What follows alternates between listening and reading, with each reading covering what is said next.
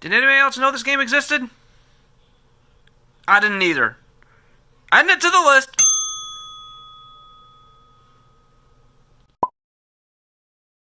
Yep, another game that I did not know existed until now. And man, how could I not? Not only is there this game, but there's a sequel on the Game Boy Color. And there's 2 more on the Game Boy Advance, and 1 on the PlayStation? How did these all escape me? With a popular series as it was, and it lasted 4 seasons, it was a great holdover until the second movie came out. And of course, with it running so long, how could there be more than enough time to develop a decent game? Oh boy, but if you look at how many they made, it's a giant hit on what we're in for today.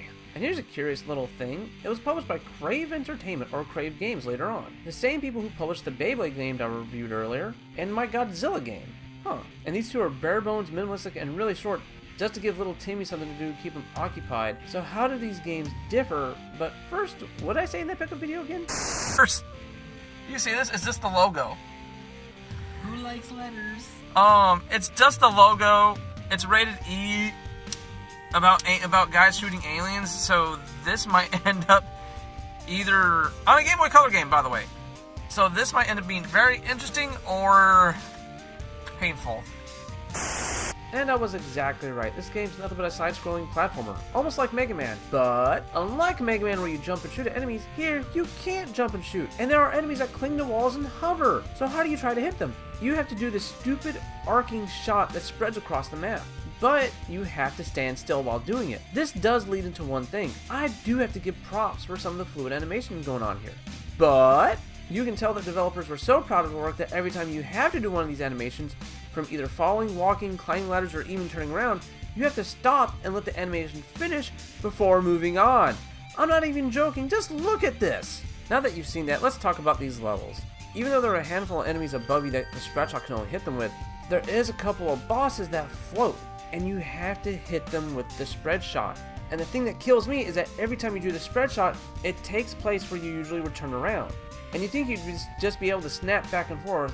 No, but you have to do this animation each time. It really does show here the animators were proud of both the gameplay and the animations, but the cartoon animations as well. You have to watch a good few seconds of the opening animation before you can skip it. And even then, it doesn't have the full opening from the show. And speaking of levels and bosses, I do have to ask this question first. With it being another Crave Entertainment game, does it live up to the other 2 games? Well, here's a clue. I beat the first level in just under 5 minutes just by holding the fire button and going to the right. Whoa boy, we got another one of these games. A tie-in game just made for little ones to keep them quiet on the ride home. But seeing how playthroughs of this game only last about 15 minutes, I don't even think it would last that whole ride home. I know it'll last mine. It takes me about 20 minutes to get to work. At least with Animorphs, I got a slight heads up with how many levels I got, and then it just ends. You go on the mission, H&K cracks a joke about how you can't drive the car, and that's pretty much it. You don't get any kind of heads up when this game is supposedly going to end. It just goes back to the title screen. I can't really talk about the different types of enemies because most of them I shoot off screen right before they even spawn. Only the annoying ones on a different level or different platform, or the ones clinging to a wall, actually pop up on screen. Or the ones that actually do shoot back, which are considered mini bosses or the bosses themselves. And that's it. The first couple of levels, all you have to do is jump a couple of times, collect a health regeneration and a 1-up, and then that's pretty much it. You do a few jumps in some later missions, and that's pretty much about it. So let's talk about the levels themselves. They're really boring and unoriginal, and yet again, we have another late 90s Game Boy game that has no battery save, so what do we have to use instead? A password system. I do have to give credit though that the passwords here are refreshingly short and predictable, but at least these passwords are 4 digits long, which means I can actually play this away from the house and then transfer it to the computer so I can capture game footage. It makes it really nice to do that. Let's use that word of the day again. But the passwords are not randomly generated, which means you can look them up all over the internet and skip levels. And for some odd reason, you get a code for seeing the final cinematic, which is kind of fitting seeing that the final boss looks just like another one of these bosses you've seen before. So you really can't tell when you've beat the final game unless the cinematic pops up.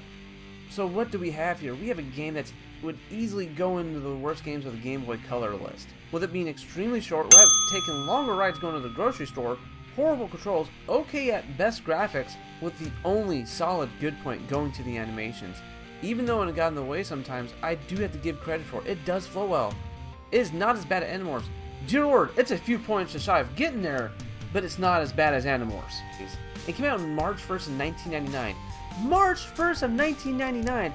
Pokemon Red Blue came out the September before! which means this game was buried underneath the super hype that was the Pokemon train. And nothing survived that when it came out, especially in the handheld market.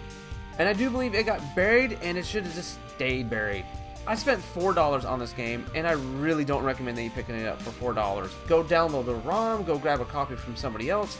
Just don't pick up this game willingly. Now, if you pick it for somebody else, that might be hilarious. Otherwise, guys, until next time, I'm gone. I'm Ghost. I'm out of here, and I'll see you guys next week. Hey guys, I just wanted to pop in one last time and say I did make this episode when I was kind of sick, so I sound a bit more stuffy than normal, and I was kind of loopy while editing and writing the whole episode as well. But I hope you guys enjoyed it anyways. I did try to make it a little bit coherent as much as I could. But this was a game that I really had to tone down the anger, or else I would be coughing up a storm. I know I really dialed it down for that. But I really hope you guys enjoyed it, and I hope to catch you guys in the next episode. Until then, to the meds!